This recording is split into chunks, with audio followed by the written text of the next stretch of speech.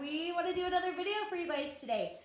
So I want to talk about behavior and behavior charts. So one thing with behavior charts, it's super hard as moms to be consistent with rewards. That's totally one of the hardest parts of parenting is consistency. Yes. In everything. In everything. Punishment, sleeping, eating. Because it takes time from us that we don't have extra time to do these things.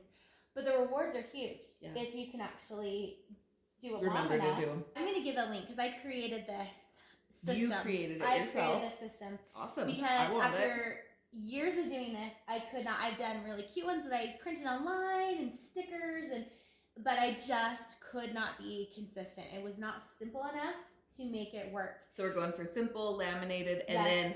Well, and I'll explain the point system because that's the easiest thing here. And it must be dry erase. It is dry erase. I do dry erase with laminating is my favorite thing in the world because I create something and I will say, I guess the best thing about this is after you've been consistent enough, and if it works, the kids look forward to it. And the kids are like, wait, did you add up my points?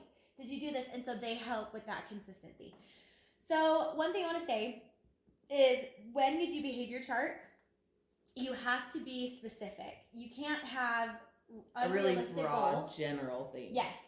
So like in this case, I chose 5 different things. And I can show this to you up close, but I really suggest you go look at my actual document online because, again, the video shows it backwards. But I chose 5 behaviors. Specific to your children. And I was very specific. So my kids can read, but if your kids can't read, I've used pictures, which I'm going to do another video about chore charts, and I'll show you how I've used pictures. Your chore chart's amazing. It's super fun, and I'll show where I've used pictures for kids that can't read because they need to be able to like visualize it and be accountable for it. So for instance, on my chore chart, I'll read for you. One thing we struggle with in our house was kindness. And I was very specific so that it couldn't be like mom's just interpretation of kindness. It was what's on the chart. So we don't hit. We keep our hands to ourselves and we share. That was my 3 things I was looking at for kindness. Good attitude was a big thing. And again, that's such a broad term. So then you're focusing on the smaller subset. 3 things. They did their chores. They were helpful to the family. And they didn't lose their temper. That's their attitude. Yes.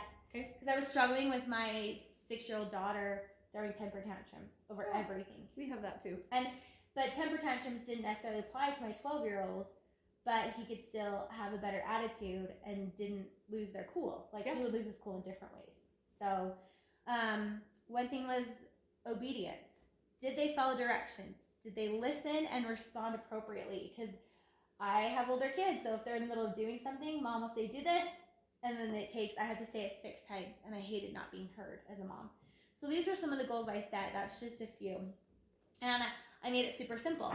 Each day has 3 initials for each of my 3 kids. And they could either get a -1 if they were really terrible and it didn't go well that day.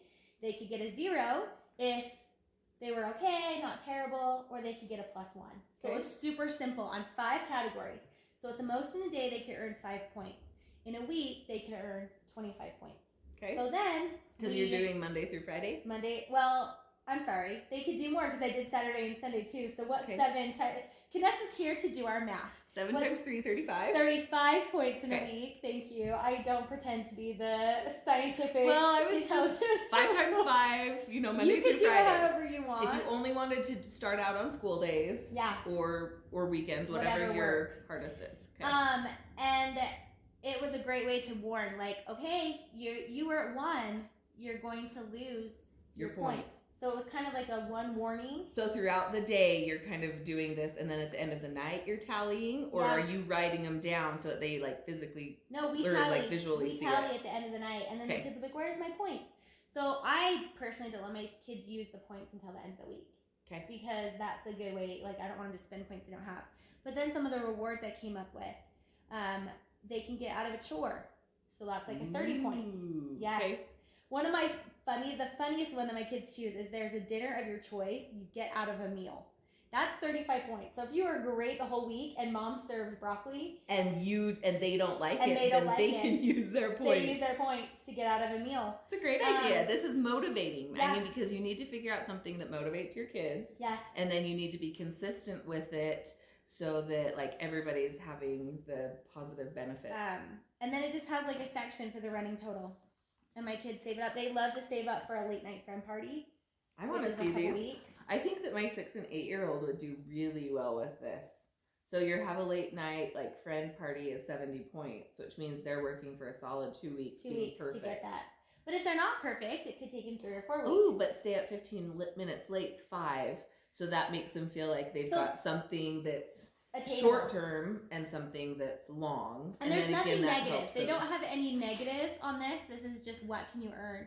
But they learn really quick that they could have. Yeah. That's what's driving them. Is like, oh, I could have done this today. Or when they want to stay up late, I said, well, you could have stayed up late. You would have had extra points, but you made this and this and this choice. So maybe tomorrow. This is terrific. So I'm going to put a link to this. I totally want the link to this. I'm going to laminate it. And you can edit it and just put your own kids' initials in, but that was a way to keep it super simple, super consistent. And again, when you're looking at the rewards, do rewards that are reasonable for you. Yeah. You're not going to Chuck E. Cheese on a Tuesday night when you want to choose to spend those points, but will you make a batch of cookies? Yeah. You know, for my house, that's a little more reasonable. Anyway, those are my behavior chart hacks. Go check it out. Bye, guys.